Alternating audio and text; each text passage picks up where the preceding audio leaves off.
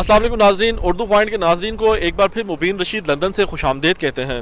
नाजरीन, आज हम लंदन में तो मौजूद हैं, लेकिन बात हम करेंगे पाकिस्तान की और पाकिस्तान के ऐसे तजारती मरकज़ की जिसके ऊपर इस पूरी दुनिया की नजरें लगी हुई हैं। जी हाँ, आप आजकल बहुत ज़्यादा जिक्र सुन रहे होंगे सी पैक के हवाले से, गवादर के हवाले से कि पाकिस्तान का सारे मुस्तकबिल का दारोमदार, पाकिस्तान के फ्यूचर का दारोमदार गवादर के ऊपर है।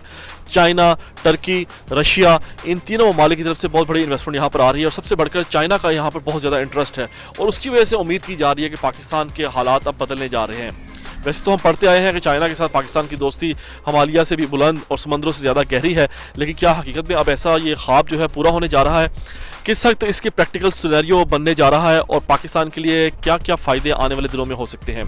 और ख़ास तौर पे अक्सर लोगों को गवादर जाने का इत्तेफाक तो यकीनन नहीं हुआ होगा, लेकिन हम आज आपको एक्चुअल वहाँ के व्यूज़ दिखाएंगे, वहाँ के मनाजिर दिखाएंगे कि इस वक्त गवादर में किस हद तक डेवलपमेंट हो रही है, क्या तब्दीली आ रही है और मज़ीद क्या बेहतरी आने के इम्कानात हैं। तो आपको रियल टाइम व्यू गवादर के हवाले से हम बताएंगे और हमारी खुशकिस्मती है कि हमारे साथ मौजूद हैं UK पाकिस्तान बिजनेस फोरम के चेयरमैन कामरान चौधरी साहब, जो हाल ही में गवादर का दौरा करके आए हैं। मुख्तलिफ चाइनीज़ इन्वेस्टर से वहाँ उन्होंने मुलाकातें की हैं, आम लोगों से मुलाकात की है, उनसे पूछते हैं और जानते हैं कि वो इस हवाले से क्या कहते हैं।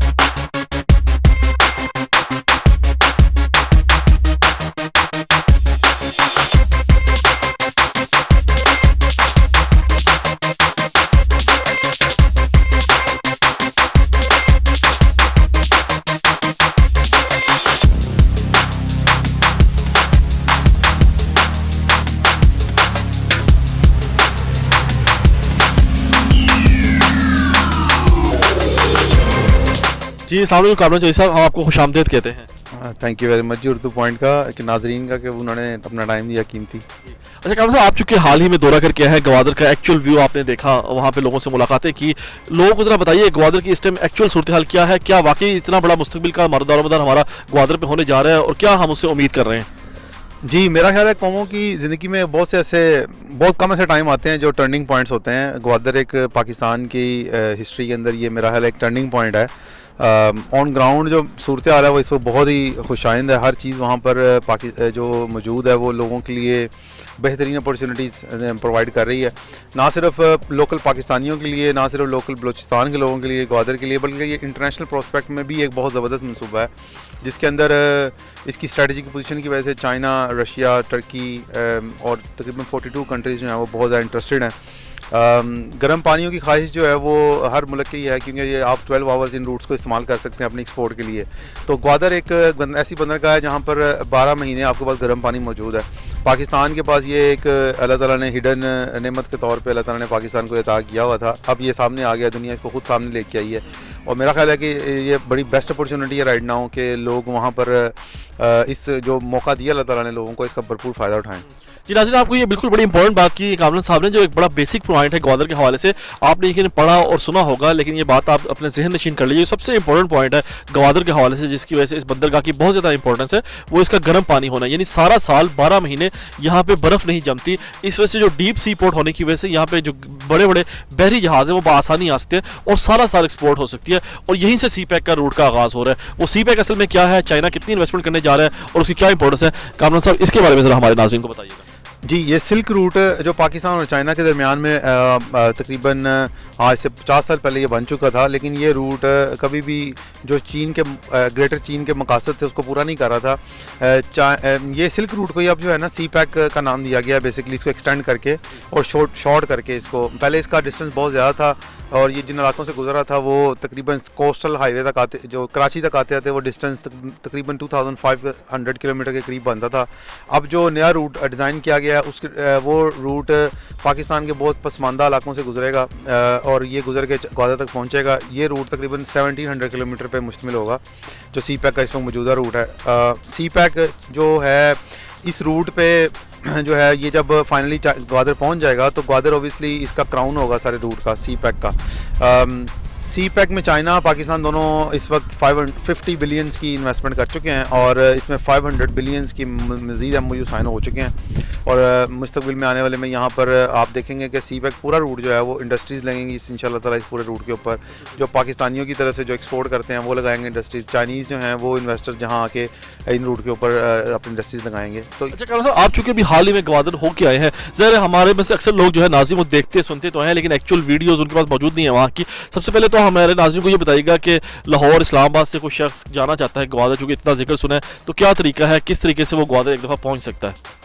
जी, ग्वादर के 2 रूट हैं। अगर आप बाय कार जाना चाहते हैं तो लाहौर से आप जिस नॉर्मल वे से कोयटा चले जाएं। कोयटा के बाद आप यहाँ ग्वादर तक आ सकते हैं। कोस्टल हाईवे वहाँ पर बन चुकी है जो कोयटा से आपको तकरीबन 8 घंटे में ग्वादर ले आती है। दूसरा रूट जो कराची से है वो कोस्टल हाईवे का है, अगेन वो कोस्टल हाईवे भी तकरीबन आपको 7-8 घंटे में ग्वादर ले आएगी। ये 2 रूट हैं कराची और लाहौर से। और इसके अलावा अगर आप बाय एयर आना चाहते हैं तो ग्वादर में एक इंटरनेशनल एयरपोर्ट मौजूद है जहाँ पर आप अभी इस वक्त जो है वो फ़्लाइट्स कराची से ग्वादर आती हैं सिर्फ, तो आप कराची आके वहाँ पर उसके बाद ग्वादर आ सकते हैं बाय एयर भी। डेली फ़्लाइट चल रही है और काफ़ी बिजी रूट है आजकल। आई होप कि गवर्नमेंट जो है वो ये डायरेक्ट फ़्लाइट्स हैं दूसरे पार्ट ऑफ द सिटीज़ जो पाकिस्तान के हैं, लाहौर, इस्लामाबाद, यहाँ से भी चलाएगी ताकि लोगों को ये कन्वीनियंस हो सके कि वो अपने होम टाउन से डायरेक्टली ग्वादर आ सकें और वहाँ पर आके देख सकें फर्स्ट हैंड के क्या इस वक्त हो रहा है और क्या एक्चुअली होने जा रहा है वहाँ पर। अच्छा कामरान साहब, एक बात ये बताइएगा कि वहाँ पर इस वक्त एक्चुअली सूरत हाल क्या है, ग्वादर के अंदर कौन कौन सी सोसाइटीज़ मौजूद हैं, कौन कौन से यानी इदारे वहाँ पे काम कर रहे हैं, और वहाँ पे सिक्योरिटी के हवाले से एक बड़ा बुनियादी सवाल है, उसके हवाले से भी ज़रा हमारे नाज़रीन को आगाह कीजिएगा। मेरा ख्याल है ग्वादर इस वक्त शायद पाकिस्तान का सबसे सिक्योर सिटी हो। हमारी हुकूमत पाकिस्तान और फ़ौज दोनों बहुत कमिटेड हैं कि वो ग्वादर को एक बड़ा पुरअमन शहर बनाना चाहते हैं। इसलिए फ़ौज ने वहाँ पर एक अपनी यूनिट में अलहदा यूनिट बनाया पूरा फ़ौज का, जो कि सी पैक डिवीज़न के नाम से उन्होंने इसको बनाया है। 55,000 जो है ना पर्सनल वो इन्होंने एलोकेट किए हैं, जो कि सारे जो रूट है उसको मॉनिटर भी करेंगे, उसको सिक्योर भी बनाएंगे, मेक श्योर करेंगे, और ये ग्वादर को भी ओबियसली सिक्योर करेंगे। इस वक्त ग्वादर के अंदर सूरत हाल ये है कि आप कोई भी जो नॉन रेजिडेंट पाकिस्तानी है वो जा नहीं सकता। अंदर भी बहुत ज़्यादा चेक पोस्ट मौजूद हैं।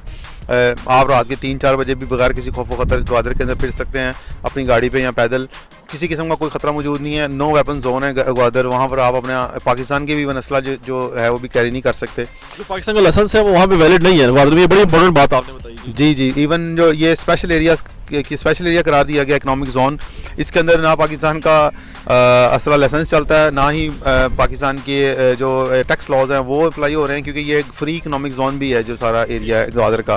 तो इसमें इसके अलावा जो यहाँ पर बाहर जो इवन वीज़ा लेके लोग आ रहे हैं वो भी नहीं जा सकते, उनको भी वहाँ पर जाने की रिस्ट्रिक्शन है। जिस तरह वो लोग मुजफ्फराबाद, फाटा और इसी तरह ग्वादर को भी इन्होंने अभी फिलहाल उसको ज़रा एक्सक्लूड किया हुआ है। यानी बाकायदा आपको एनओसी लेके जाना पड़ेगा अगर आपने एरियाज में जाना है। जी, बिल्कुल ऐसा ही है कि आपको एनओसी लेके जाना। अच्छा, ये बताइएगा कामरान साहब कि वहाँ पे इस टाइम एक्चुअल सूरत हाल की, क्योंकि ये बड़ा बुनियादी सवाल है, हम सुनते तो आए हैं कि वहाँ पे इस टाइम कौन से यानी बिल्डिंग्स तैयार हो चुकी है, कंस्ट्रक्शन का क्या लेवल है अभी तक, एक्चुअल सूरत हाल क्या है। वीडियोस हमारे नाज़रीन साथ साथ देख भी रहे हैं और आप कुछ वैसे भी हमें बताइए ज़रा। जी, ये एक मास्टर प्लान सिटी है। इसको पाकिस्तान ने चाइना के साथ मिलके इसको पूरा प्लान किया है। जिस तरह एवरी इंटरनेशनल सिटी होती है, इसके अंदर भी इन्होंने मेक श्योर किया है कि जो गवर्नमेंट के इदारे हैं उनके लिए मुकम्मल तौर पे बिल्डिंग्स मौजूद हों। कुछ बिल्डिंग्स वहाँ बन चुकी हैं। वहाँ का जो ग्वादर सेक्रेटरीट है वो बन चुका है, स्विक सेंटर ग्वादर में बन चुका है, स्पोर्ट्स सेंटर बन चुका है, वहाँ जेल बन रही है ग्वादर के अंदर एक बहुत बड़ी। इसके अलावा जो ग्वादर के अंदर इमिग्रेशन ऑफिस हैं और इसके अलावा पासपोर्ट ऑफिस हैं, नादरा की ऑफिस हैं, ये बन चुके हैं और बड़ी अच्छी बिल्डिंग्स नई बनी हैं वहाँ पर। जो एरियाज़ हैं डिफरेंट, मज़ीद न्यू एयरपोर्ट के लिए वो एक्वायर हो चुका है। तकरीबन 4,600 जो है ये एकड़्स है लैंड जो उन्होंने एक्वायर की है। वहाँ पर अभी काम तो नहीं मैंने देखा होता हुआ, लेकिन मार्किंग देखी है कि वो एयरपोर्ट का एरिया है। सुना इफ्तिताह इसको होने जा रहा है एक्सप्रेस हाईवे का और एयरपोर्ट का जो नया एयरपोर्ट का इफ्तिताह भी जल्द ही हम तवक्को कर रहे हैं। चाइनीज़ प्राइम मिनिस्टर या पाकिस्तानी प्राइम मिनिस्टर उसको जाके इफ्तिताह करें। जी, इंशाल्लाह ताला सुनने में तो यही आया वहाँ जाके कि पाकिस्तानी प्राइम मिनिस्टर और चाइनीज़ प्राइम मिनिस्टर जो है ना, इंशाल्लाह वो किसी वक्त भी वहाँ के इफ्तिताह कर सकते हैं एयरपोर्ट का। और वंस ये इफ्तिताह अगर ग्वादर के अंदर होता है तो ये एक वेरी बिग टर्निंग पॉइंट होगा ग्वादर की लाइफ टाइम के अंदर। क्योंकि संग बुनियाद रखा जाता है इतने बड़े एयरपोर्ट का नाज़रीन, तो फिर ज़ाहिर दुनिया भर से फ्लाइटें यहाँ पे आ सकेंगी। और जिस तरह अभी कराची से आपको जाना पड़ता है ग्वादर, छोटे जहाज़ जाते हैं, ATR जहाज़ जो है वो कराची से जाते हैं, लेकिन अगर लाहौर और इस्लामाबाद से आप डायरेक्ट ग्वादर फ्लाइट पर जाने लगे तो फिर ज़ाहिर काफ़ी लोग वहाँ पर जाना पसंद करेंगे, क्योंकि बड़ा बेहतरीन पिकनिक रिजॉर्ट भी है। और यहाँ मैं आप नाज़रीन को बताना चलूँ कि नाज़रीन ये ग्वादर के अंदर ही एक जगह है जीवनी, जहाँ पर कहा जाता है कि मलका जो है बरतानिया की मलका वो ख़ास तौर पर वहाँ पे लैंड किया करती थी और वो सूरज के ग़रूब होने का मंजर वहाँ पे देखा करती थी। आप इस वक्त देख भी सकते हैं कि सूरज के ग़रूब होने का एक बड़ा पुरलुत्फ़ और बड़ा ही दिलचस्प मंजर है जो सिर्फ आपको ग्वादर में मिल सकता है। इतना वाइड व्यू, इतना खूबसूरत व्यू सूरज का डूबने का, ग़रूब होने का, मगरिब के वक्त का शायद आपको दुनिया में कहीं और ना मिले। कामरान साहब इसके हवाले से भी थोड़ा सा बताइएगा, ये जो ख़ास दिलकश मंजर है शाम के ग़रूब होने का। जी, मैं तकरीबन 6 दिन रहा हूँ वहाँ पर ग्वादर के अंदर, तो मैं एवरी डे जो था वो ये एंजॉय करने इसको जाता था। ये एवरी डे एक नया मंजर पेश करता है सूरज का डूबना वहाँ पर ग्वादर के अंदर, और डिफरेंट डायरेक्शंस पे डिफरेंट डिस्टेंस पे आपको डिफरेंट उसकी जो है ना वो मिलती है लुक उसकी सूरज की। तो ये एक बहुत ही मशहूर कुन जो है ना मंजर है, जहाँ पर मेजेस्टिकल इंसान फील करता है कि ये मतलब गॉड गिफ्टेड है पाकिस्तान के लिए, कि यहाँ पर एक आपको एक ऐसा मंजर नज़र आता है जो कोई इंसान नहीं कर सकता। ये ऑब्वियसली अल्लाह ही है जो इसको इतना खूबसूरती से लेके जाता है नीचे और अगले दिन ऊपर लेके आता है दोबारा सूरज को। और मेरा ख्याल है कि ये आई मीन ये विल भी यानी कि बहुत टूरिस्ट जो है लाइक करते हैं दुनिया में ये इन मनाजर को, और पाकिस्तान एक ऑब्वियसली इससे फ़ायदा उठा सकता है बहुत ज़्यादा।